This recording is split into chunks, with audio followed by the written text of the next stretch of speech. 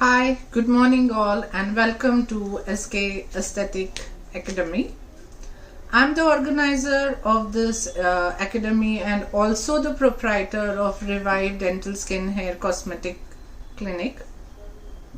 I'm glad that you all showed interest in these courses. This is of course going to enhance your knowledge. Even though you all are doing very good in your own arena or your own domain of your business and practice, this will increase your scope further to treat a numerous type of patients and also increase your bank balance. Cosmetology itself is a huge branch. What are we starting today is with the basic course. So there are various courses or various fields in cosmetology, and you can do it in fragments which we have divided into. So that makes understanding and grasping much easier. To start with, we do from the basic course and we go to towards the more advanced courses and till minor surgeries and major surgeries. We will be providing you all a PDF file of all the notes that I'm teaching you. Also these videos where I'm teaching you will stay with you all. So later on, if you all need to rebrush your knowledge, you can go through the notes or through the videos to understand the procedures better. Of course, again on, even though you all have in hands-on, I'll be teaching online also how to do the procedures in case you all miss with the hands or later on do not recollect the procedures. The various courses that we are holding is the basic course of aesthetic medicines and lasers, where we'll be teaching you all the anatomical details of the skin, different types of pigmentation, different types of lasers and different types of machines and how to use it and the precautions that we should take post-op. The different other courses which we are holding are body sculpting and fat loss. Then we have anti-aging and introduction to mesotherapy. Then we have a course on trichology. We have a course on skin whitening and skin glow treatments. We have a course on skin whitening and the skin glow, sorry, I'm repeating it. Again, we have a course on micropigmentation, microblading and permanent makeup. Later on, we go to advanced courses like minor surgeries in like dimploplasties and facelifts, minor facelifts, minor invasive facelifts and all. So these, as I said, aesthetic medicine is a huge branch. So you just keep on learning and learning newer techniques and new studies that come into market. So you need to stay updated with your knowledge. Today we'll start with knowing about the basics of and the in-depth knowledge about skin, because this helps you in diagnosing the problems with the skin and how to treat it in a cosmetic aspect. So let's start with our studies now. So before we commence with our course today, I'll give a brief intro to myself so you know me better during this course. I am Dr. Swapnaja Ketakri. As I mentioned before, I graduated as a dental surgeon from Government Dental College, and I did my post-graduation as a prosthodontist and later on did my cosmetic dentistry in 2002, and since then I am been practicing my cosmetic practice. So from there I commenced my cosmetic journey. My brother is a plastic surgeon, so I developed an interest in it and I started learning cosmetology from the basic courses. So I've done various courses, certificate courses, postgraduate certificate courses in cosmetology, and I have been treating numerous patients satisfactory. We started our academy 2 years back and we have got a good response to this. I love spreading knowledge, I love gaining knowledge and I love spreading it and let people take advantage of this. So today we will start with our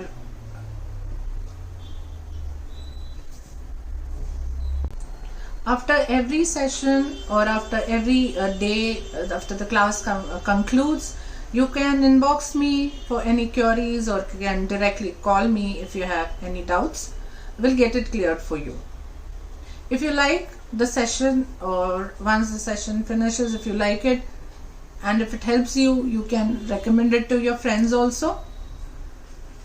So after a short tea break, we'll commence with our first chapter, which is the anatomy of the skin, because a thorough knowledge of skin is necessary to treat further cosmetic related issues. So see you in 15-20 minutes. Okay, so be back by 11:45. Okay, so we'll meet at then, and then we'll commence with our chapter 1. So welcome back again.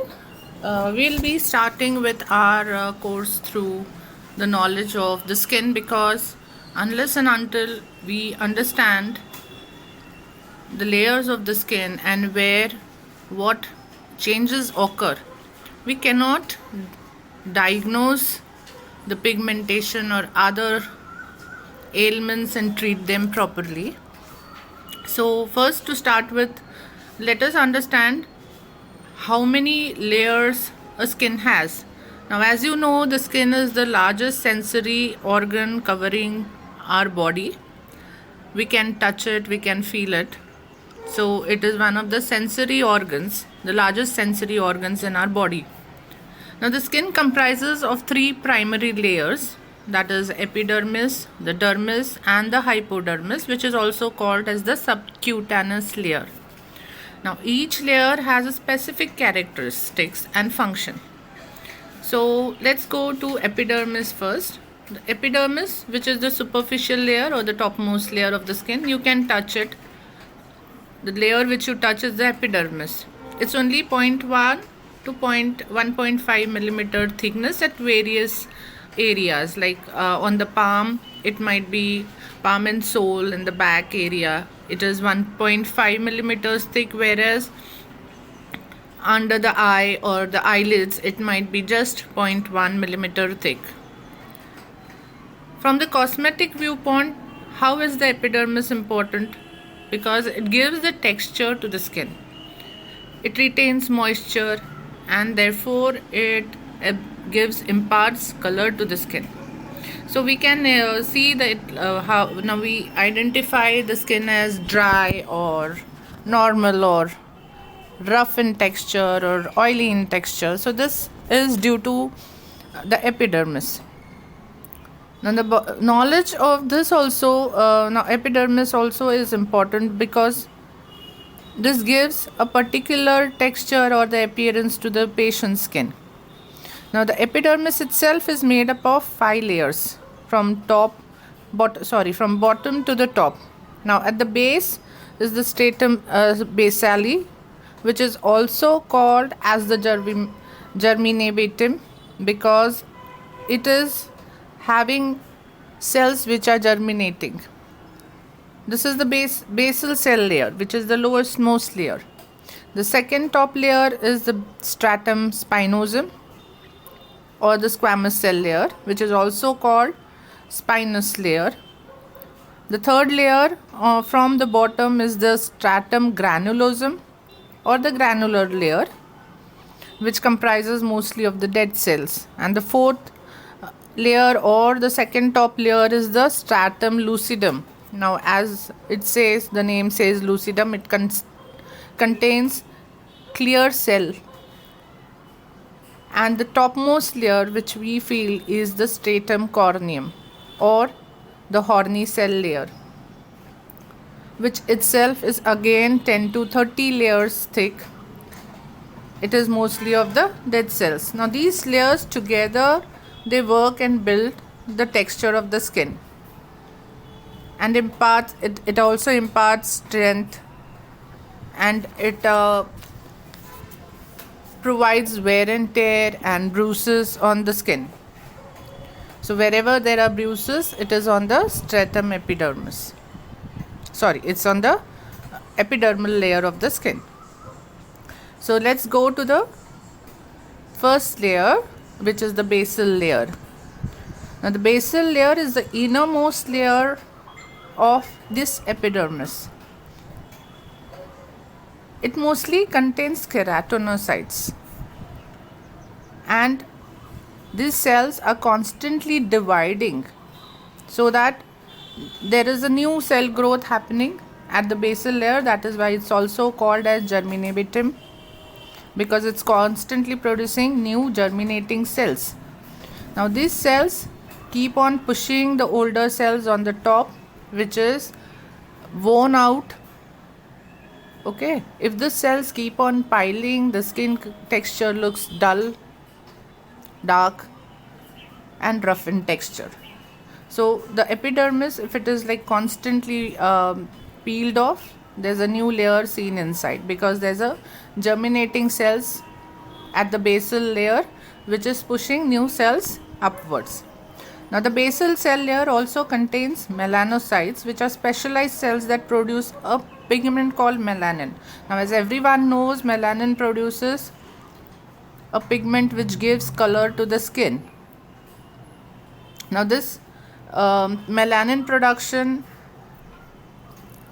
is mostly in those tropical areas where the sun is harsher. So it also protects from the sun damage. More the exposure to the sun, more is the melanin production. Also melanin production is also increased when there is a trauma to the skin. Now freckles, birthmarks and age spots are also caused by patches of melanin, more production of melanin within the cell. Now melanocytes makes about 5 to 10% of the layers, and they make melanin, which is transferred also to the neighboring keratinocytes. Now in Europe and colder cities, production of melanocytes, melanin is less in melanocytes, so they have a fairer skin tone. Whereas in tropical areas, the production of melanin and melanocytes is more, so we have a darker skin tone. So we have to even identify the tone of the skin to treat cases further. Basal cell layer joined with other basal cells and overlying spinous cells via desmosomes to form the basement membrane. The basal keratinocytes contains keratin, which is about 5 to 14 cells in each layer. These are presumed to be establishing a cryoskeleton that permits flexibility of the cells. Now how is this flexibility useful? The flexibility allows the cells to move out of the basal layer and migrate upwards or superficially, thereby undergoing keratinization. The basal cells are responsible for maintaining the epidermis by continue renewing and reproduction of the cell. These cells are usually, the cycle takes around 25 days to 45 days. Out of this cell, 40% are the postmitotic cells that move superficially to make suprabasal cells. There are other cells also, which are stem cells, which is only comprising 10%, and 50% are the amplifying cells. So let's go to the next layer, which is stratum spinosum. Above the basal cell of the spinous cell layer, okay, the second layer from the base is the stratum spinosum, or which is also called the spiny layer, because these cells are held together with small spiny projections. Here lies the basal cell that have been pushed upward. Now obviously the second layer is formed at the basal layer and has been pushed upside. Now these are maturating and are having keratinocytes. They then began to produce keratin, which is a rough protective protein that makes up a large part of the structure of the skin, hair, and the nails. So in the nails, the keratin is very hard. So in this hair also we go for keratin treatment and all, because that is a protective protein around the hair. Also the skin also has a keratin which is rough to touch. Now horses' hooves, fishes' scales, and animal horns are made of keratin. So you can imagine from our nails also how hard a keratin protein can be. This layer of keratin contains is like 1 to 4 layers thick. The keratins form a more rigid cytoskeleton that provides a greater mechanical The first strength signs of to the cells. keratinization Is the lamellar granules that appears first in this layer only. Now these lamellar granule contains lipids, ceramides, cholesterol, and fatty acids, as well as enzymes like protease, acid phosphate, lipase, and glycosidase. These granules migrate to the surface and expel their contents by exocytosis. Now you all know exocytosis, which is expelling out the contents of the cell. Now these released lipids, they form a barrier like projections which protects the layer. Now the squamous cell is the thickest layer of the epidermis. Now this layer of the skin helps some substances to move in and out of the body. So whatever serum or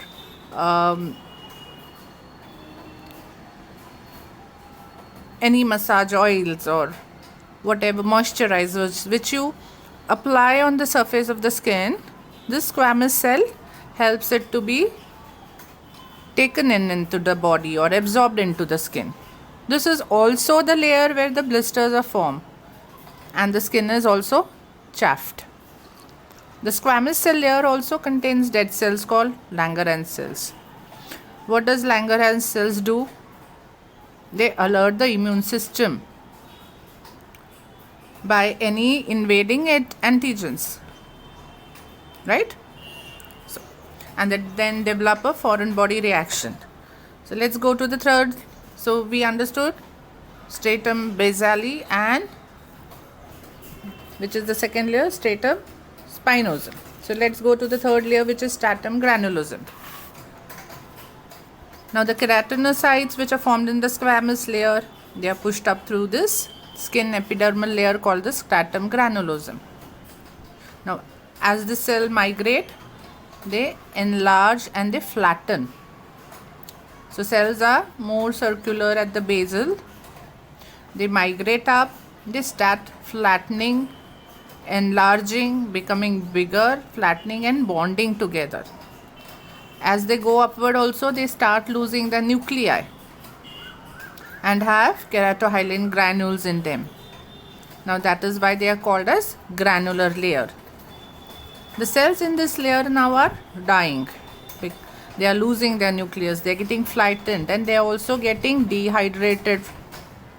That is why they are dying.